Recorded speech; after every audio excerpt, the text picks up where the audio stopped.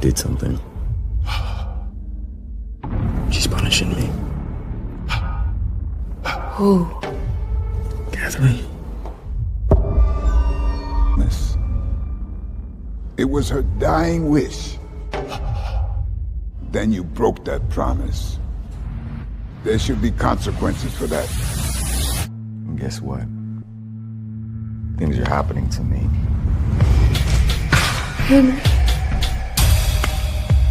Consequences. You're gonna tell her what she wants to hear. Ghost. If something went down, anything, I can help. We had a deal. I don't know what you're talking about. Fuck me! Don't be mad at me.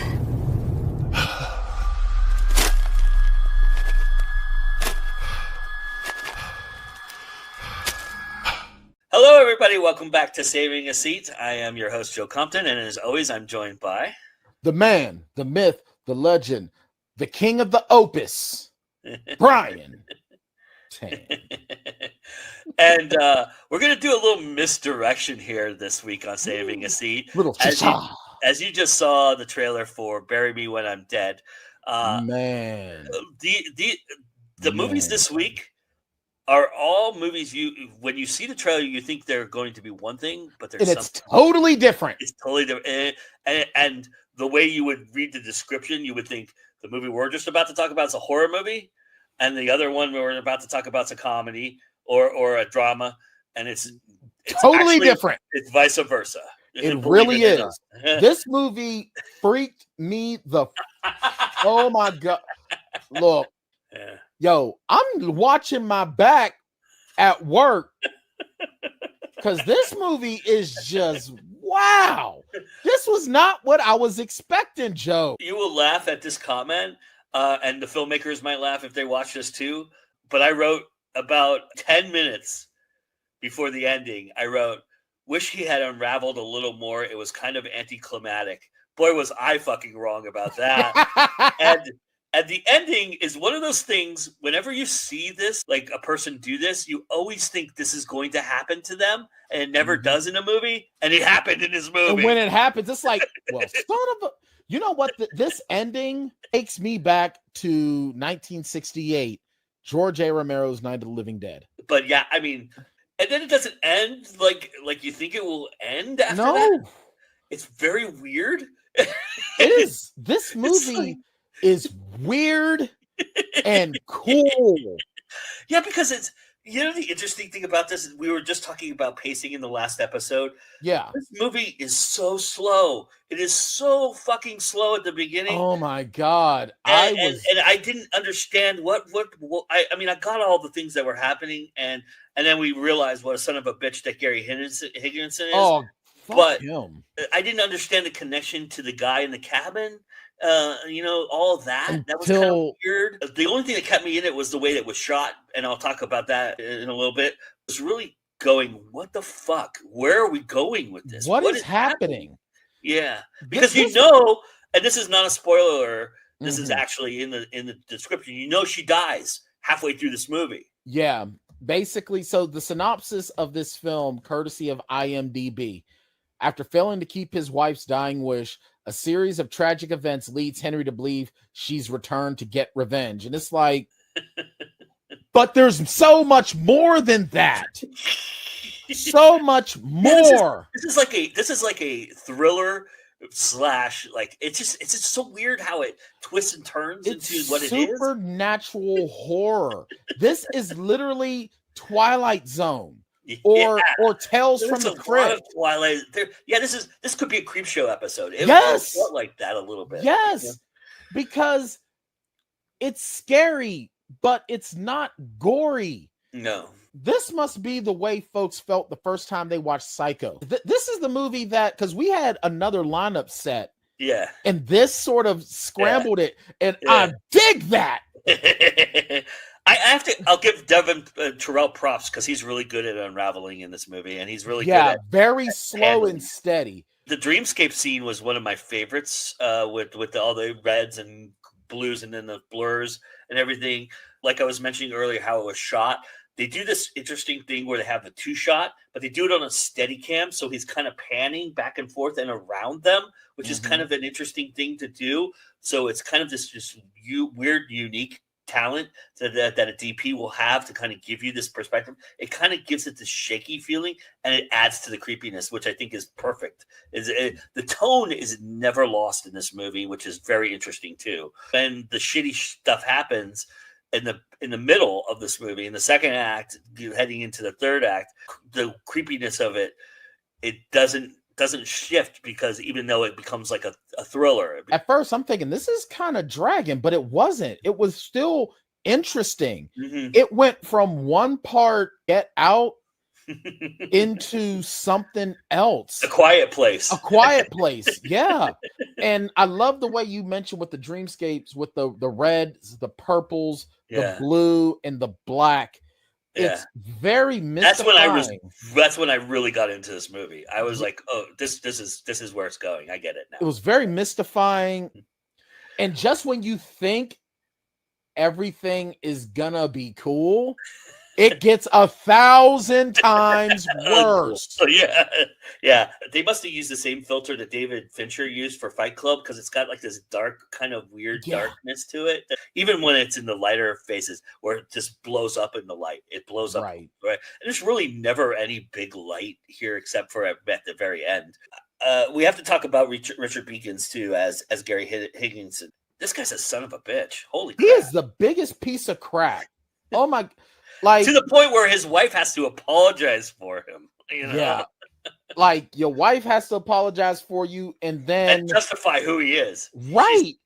Which sounds like she's doing it in her own mind. It's she's justifying to herself why she's still with this person. Yeah. Meanwhile, she knows he's a piece of crap. Yeah. Richard Beakins is he's a great, like, in your face villain. Yeah. And Roxanne Hart is such a great sort of opposite to him. Yeah. But she definitely does a good job of playing the clueless. Yeah. Or there's no way clueless wife, but the more quiet wife about it, right? Right. Because look, she's in a good spot. The shady shit, she just doesn't want to know what it is. She don't want to know. She's actually she has plausible deniability. Yeah.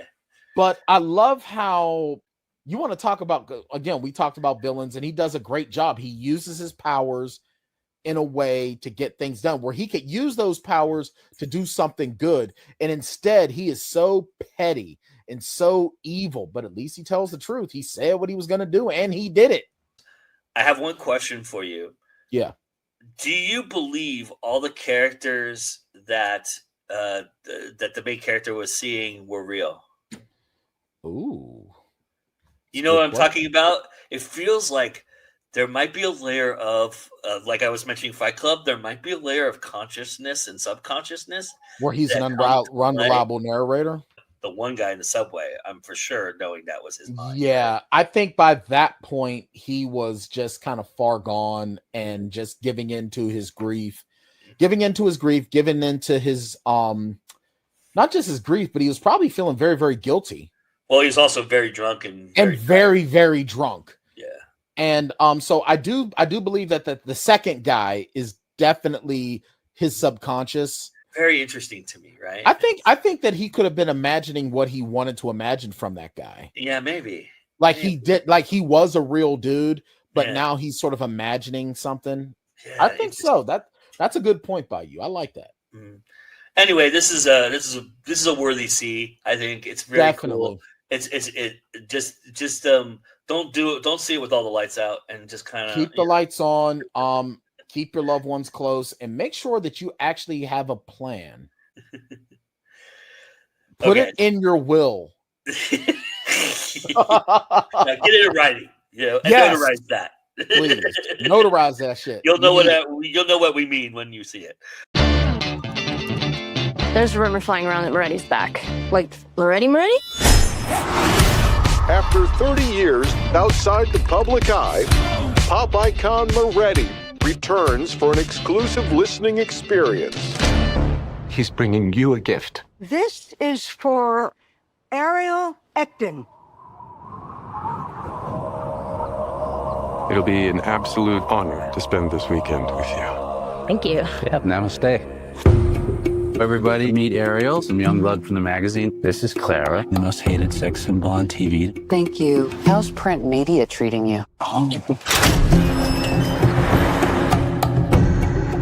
Congratulations, and welcome to this once-in-a-lifetime gathering.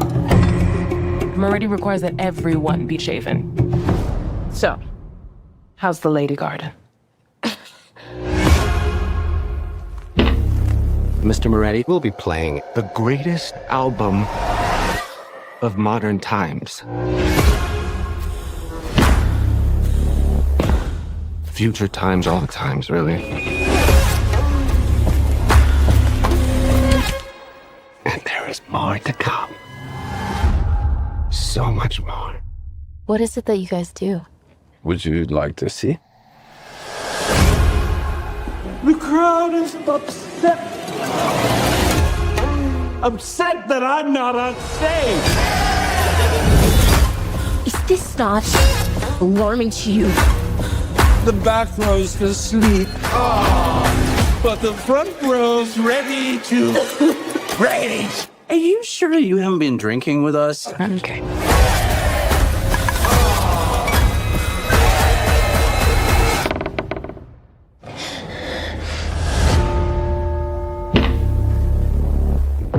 What the fuck is this?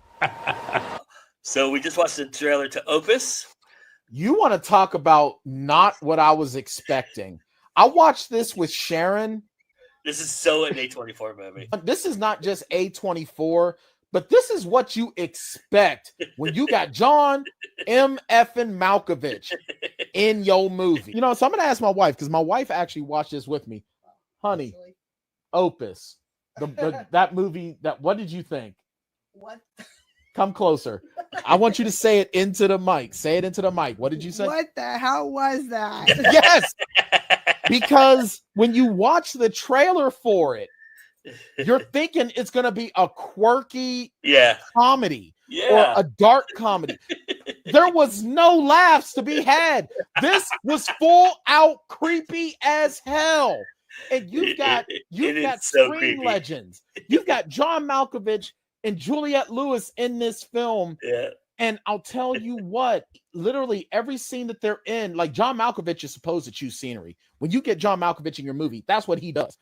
But he chewed up the scenery to the point that even all the other folks he chewed it up so badly he was wearing it. Dude, he chewed it and he used its skin to make a suit. But he did it in a way that everyone that's on screen with him, it's like, this is your world. We live in it. Yeah. Like, it's almost like John Malkovich and Daniel Day-Lewis are having a tennis match. And now John Malkovich just served.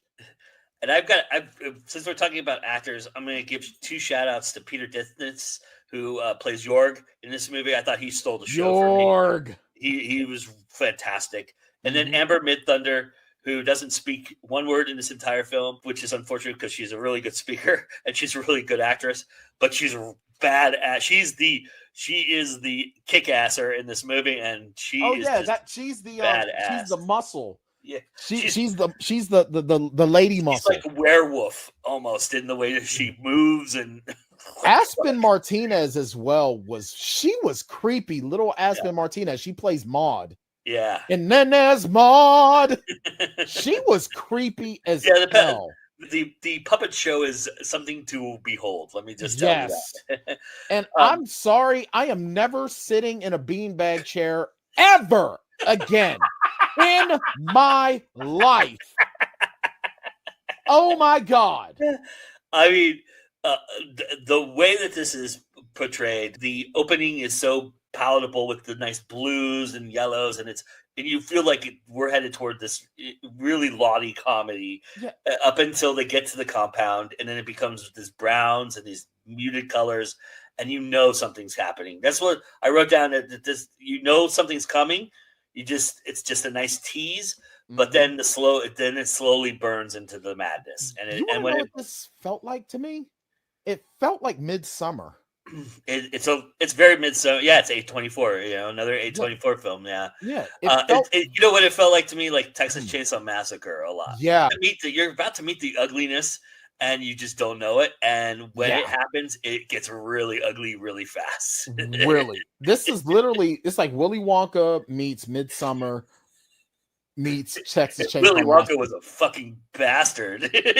Seriously, if Willy Wonka was an aging pop star, I think Willy Wonka is Mother Teresa compared to Alfred Moretti. Alfred Moretti, yeah, I could never picture John Malkovich as a '90s pop star, but I can picture John Malkovich as what he ended up being in this movie. Yeah. Oh my God. And I'll tell you what, I love the interaction that we get with Ariel, played by Ayo Edebiri. And the man's name escapes me, but he plays Jesse in season 2 of The Last of Us. Yeah. They had a really, really good conversation.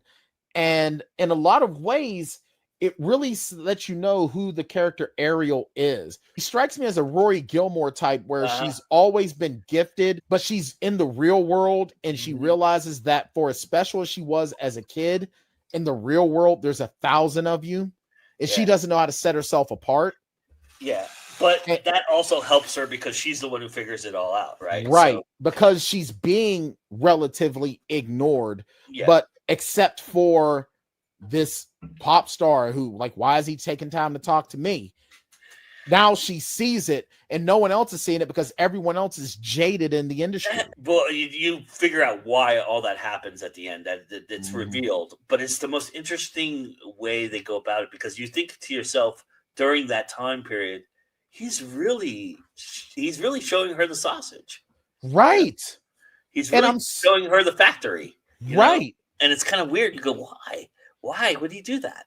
Right. And then you figure, then it dawns on you.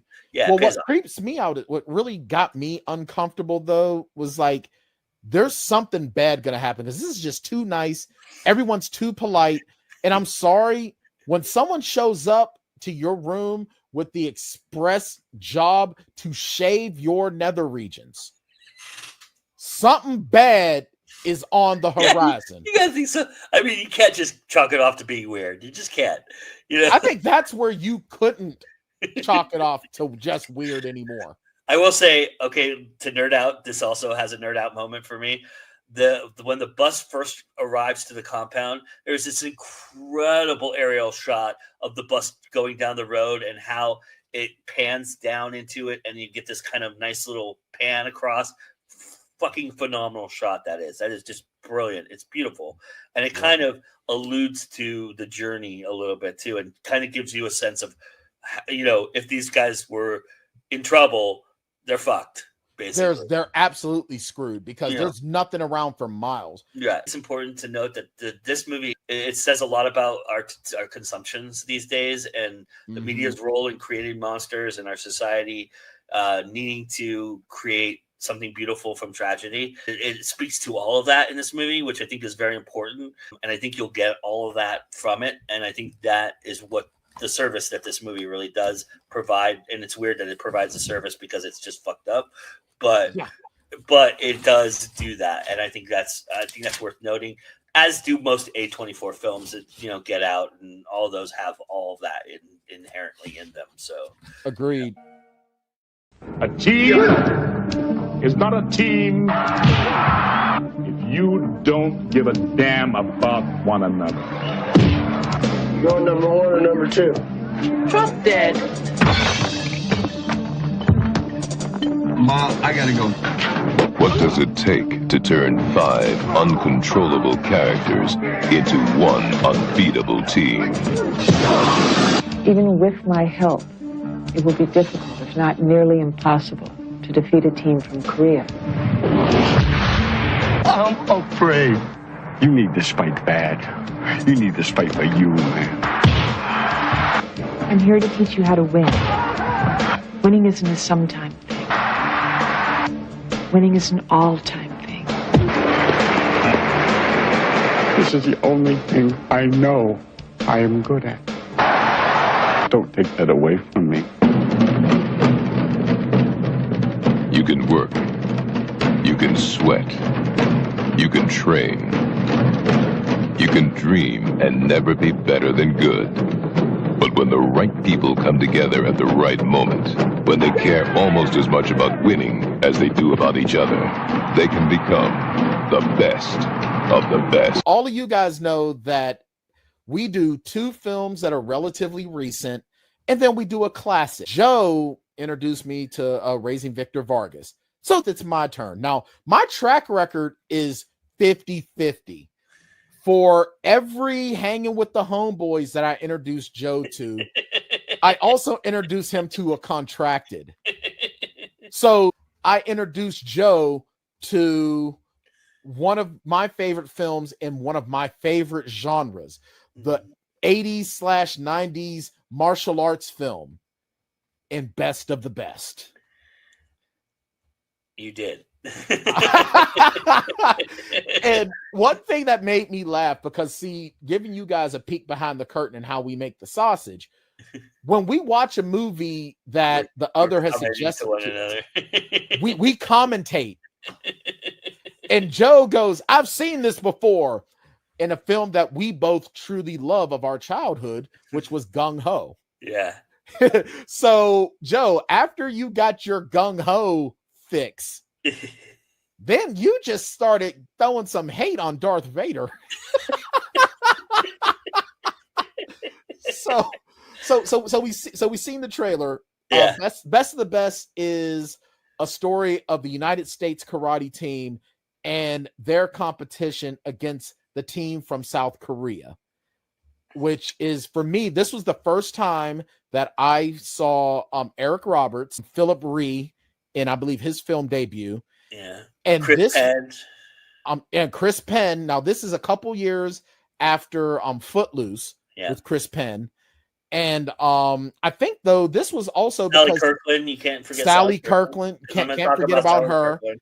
And then you got John Dye, who was, and who's no longer with us, but he was famous for Touched by an Angel. But he did a lot of these type of old school karate flicks, because he was also in one of my favorite films of this genre, The Perfect Weapon. Yeah, and he was an actual black belt too, I think. He was, I believe he was, yeah. And Chris Penn was a martial artist as well. So was Eric Roberts. So is Eric Roberts. Philip and Simon Rhee. Philip Rhee, who is Tommy Lee, and Simon Rhee, his older brother, as Dae Han. Mm-hmm. So there's a lot of and Kane Hodder even makes an appearance in this film.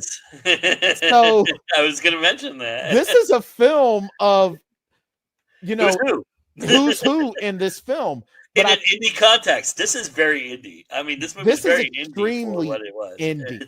I think this is one of those movies where you think cheesy 80s, but honestly, the karate in this movie is very authentic. It's very well done. The choreography here is really good. It is. As a martial artist, I watch. Well, the Rhee brothers, they're both they're champion martial artists in their own right, and they always do the choreography. So it's also showing us how to not let our past eat us up. Okay. All right, and that's the last time I try to get anything serious on this, because this is also a very fun movie, and it's kind of silly in its own right. It's so cheesy 80s. It's great. It's great. Dude, it's cheesy 80s when you got Ahmad Rashad as the sportscaster for the matchup. That too, yeah. Nice kick to Dae Han's head. And talking like it was like a serious, like we know this competition, right? Like we know what the Pan Games were, and the Asian, the gold medal in the Asian height tournament. What? Like Ahmad Rashad knows anything about martial arts. I mean, I love how serious each of them take this, because that sells the cheesiness of it. It has everything you want in an 80s movie. It has the montage. It has the bar fight. It has the one guy who is not on the team that becomes part of the team, and has the guy gets kicked off the team and but he comes back. Comes back. It has everything you want in a cheesy 80s movie. And that's what is so charming about it and so beautiful about it. But it also does subvert some tropes here, which I want to talk about because I think it's very important. Like Sally Kirkland's character in any other cheesy 80s movie would hook up with the main character. She hooks up with none of the characters in here, which I love. I love that. I love that she became a part of the team right away. Yeah. That everybody had respect and her for her. clothes stayed on the whole time. And that she kicked fucking ass with And the fucking bricks. She's like, look, she did something that I've never done in life. I've never done breaking because I was always afraid to do breaking. Sally Kirkland was like, what? It really introduces the idea of Moneyball into karate in this movie, which is right. Very cool. I love that. That's a subversion that you've never seen. In movies. I have stats on every major fighter from the last 10 years. And then the other guy nerds out and goes, "Well, I have tapes on everybody." So right, cool. And I love how they talk about how I love that they were protecting nerds in this movie. That was really cool. Nerds finally got some love. We got to watch toxic masculinity kind of get sort of ignored and put down. Absolutely. And the ending, I'm not gonna lie, I shed a tear. I did too. I still do to this day. Ending. It's unexpected. Well, it's sort of expected but unexpected, right? I mean, I figured like Desan was going to make amends at some point, right? But you never realize. But nothing in his character shows you that he would, right? Because he's very aggressive. He's all about being the best. Right. And even when you see him in flashbacks, because back in the 80s, if you had facial hair, you're older and mature. But plus nobody had to tell him to sweep the leg. He fucking did it. Yeah, he had no problem. He ain't need nobody. He ain't need a white savior telling him to sweep the leg. I also love that. I also love that we got the Korean aspect of this, but we also got no subtitles. Like there was none. You have to guess what they're saying. I just think that's cool. I think it's really neat because you figure out what they're really saying by their actions, right? But we wouldn't know if you don't speak Korean. You're not gonna know. But I also love that it leaned into its 80s-ness. The motorcycle ride. I quit the team, so I'm gonna ride my motorcycle with and then sad have music, perspective, right? The montage scene, which you knew was coming with the music, and we got two. We got 2 or 3. Well, it was an interspliced montage. Interspliced montages. I'll tell you what, though, the only person in this movie that's out of place, and I hate to say it, is James Earl Jones. Look, this is the first time James Earl Jones had anything to do with karate. Not only that, but you find out he's been coaching the team for decades. Right. I was the coach of that team, Miss Wade. Where? What the fuck? Did they just edit you out of the footage? Who do you have naked pictures of that you made sure that you got this job? Because that's serious. The only way. And what still to this day gets me, when he first addresses the team and he picks up the chair and dramatically slams it just to do the Peter Griffin pose. Don't be late.